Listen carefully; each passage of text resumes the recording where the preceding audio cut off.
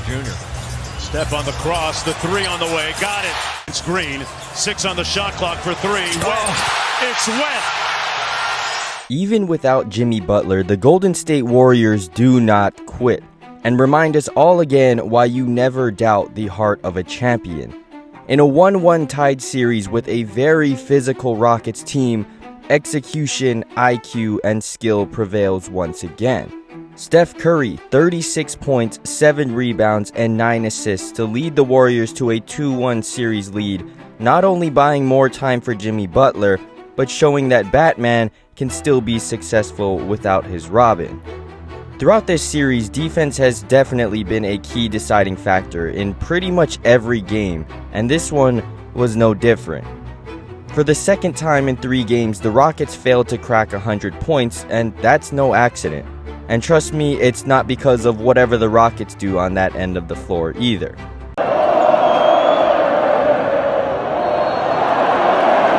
To start off the game, the Warriors came in with that defensive fire, getting stops, steals, blocks, you name it. But the problem was their offense. Defense is a huge part of winning games, but offense is just as important. You really can't expect to win a game without scoring any points. Especially when Draymond is doing things like, let's just say, providing opportunities for rebounds. Curry into the corner, here's Green, tries it from the other side. Missing shots is one thing, but combining it with careless turnovers is entering dangerous territory. And it really was looking like that for a minute because the majority of the entire first half, the Warriors were honestly playing some of the worst basketball they could have played, shooting only 37% from the field and 26% from 3. Just an absolutely horrendous shooting display. But the saving grace is always the fact that basketball is a game of runs, and the Warriors just so happen to have a crucial one to end the half. Good defense by Curry, got the block, and the possession, and the outlet. Healed with the highlight. After what looked to be an offensive struggle and a game entering treacherous waters, the Dubs pulled themselves out of it to only be down 3 points at halftime. And from this point, the Golden State Warriors would put on a masterclass in execution. About 3 minutes into the third quarter, Steph Curry would begin to rain havoc on the Rockets. Layups, Curry drives it into the lane, got it! threes, Open, knocks it home. Steph Curry. And simply being Steph Curry. Here he is at the top with the ball. Post comes to set a high screen. Knowing they will blitz Steph, Post slips the screen and Steph passes it to him. With Fred and Sengun now out of the play, Quinton enters the 2v1 situation that Golden State has thrived on for about the last 10 years. He engages Dillon Brooks and throws the lob to Draymond for an easy layup. Blitzing Steph may have been their best option because, well, one-on-one coverage just ain't gonna do it. 3. Oh wow, Steph hit the hydraulics. Slammed on the brakes. But despite the boosted level of play in the third quarter from the Warriors, the Rockets also maintained their level of play, resulting in the halftime lead only being cut from 3 to 2. Unfortunately for the Rockets, that's exactly where the Warriors want to be. In all close games, the fourth quarter is ultimately the deciding factor. With only 2 points separating these two teams, it's really anyone's game. Well, anyone who wants it enough. And I think the chef wasn't quite done cooking. Steph on the cross, the 3 on the way, got it. The stare down 3 was pure. The greatest shooter of all time. That's what we all know him as. But the most unique and dangerous part about Steph Curry is his gravity. Here he is with the ball. GP2 sets a quick ball screen, 2 jump out at Steph, Gary slips, and Steph hits him for an easy layup. Next possession, Steph with the ball again. GP2 goes to set a ghost screen this time. Steph hits him on the slip, leading to a smooth finish from Gary once again. Even some food on the table, Payton inside! Third possession, this time it's one-on-one coverage. Steph gets past Jalen Green, forcing Amen Thompson to help off the strong side corner. And after a ridiculous pass, Gary hits the 3. Payton got it! A dime drop for the... 7 straight easy points created for the same guy 3 possessions in a row.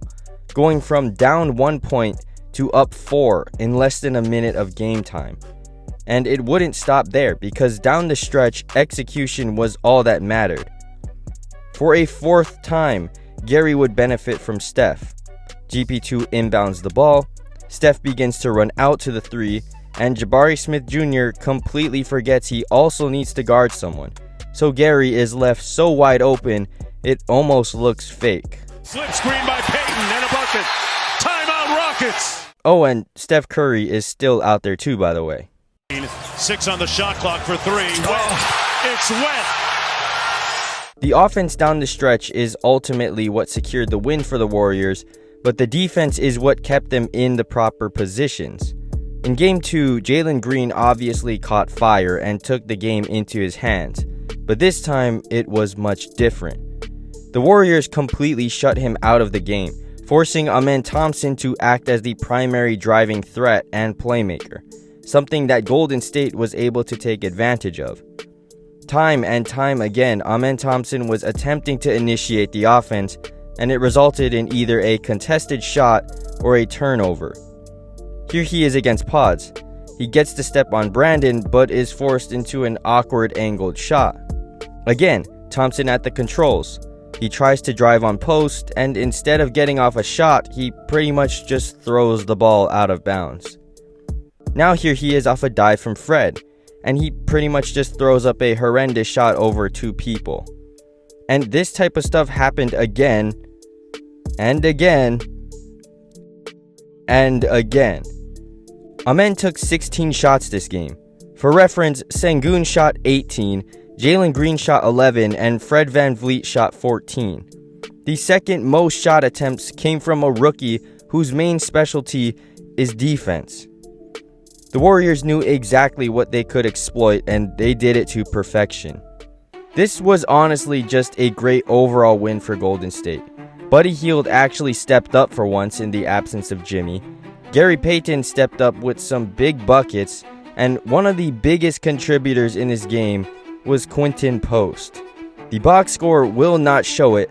In fact, the box score probably makes it look like Post had the worst game ever, but the subtle plays he was making all throughout the game made all of the difference.